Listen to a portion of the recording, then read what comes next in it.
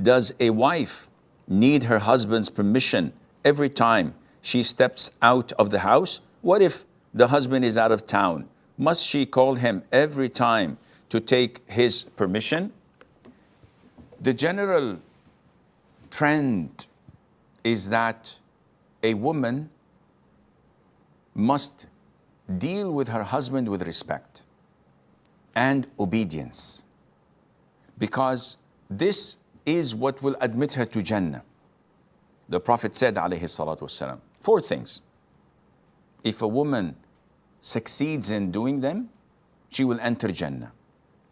If she prays her fard prayers, the 5 daily prayers, fasts her Ramadan, protects her chastity, and obeys her husband, she will enter paradise from any gate she wants.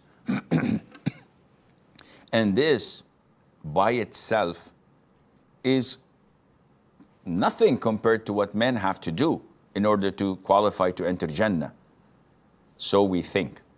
But indeed, it's a heavy burden and a great task for women to undertake.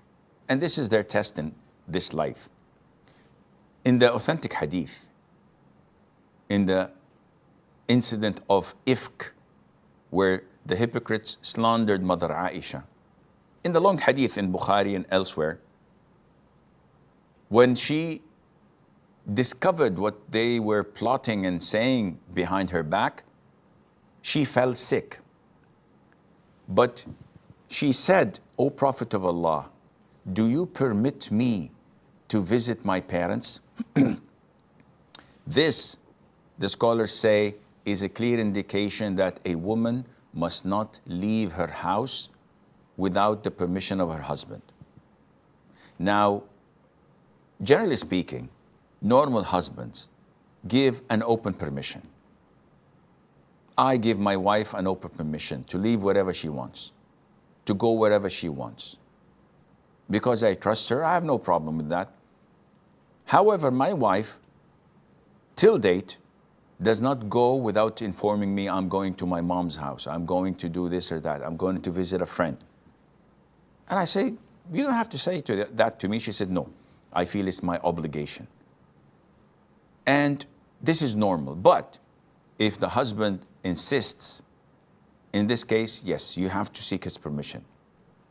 Having said that, some men exaggerate and they make their wives live in a prison.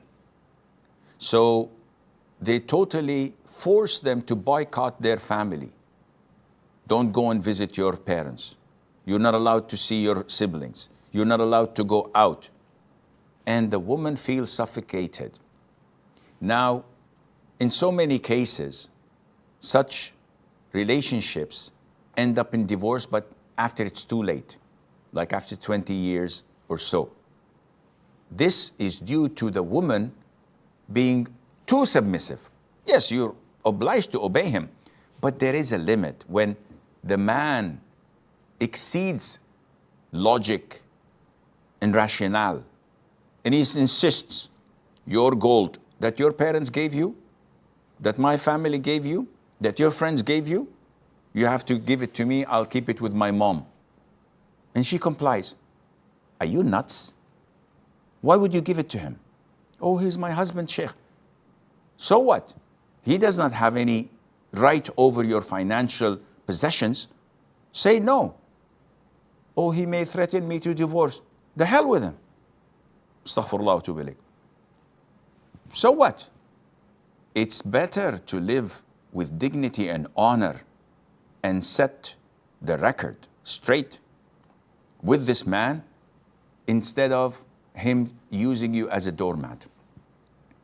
Yes, you are obliged to obey him, to honor him, to be dutiful to him, but he's not allowed to transgress.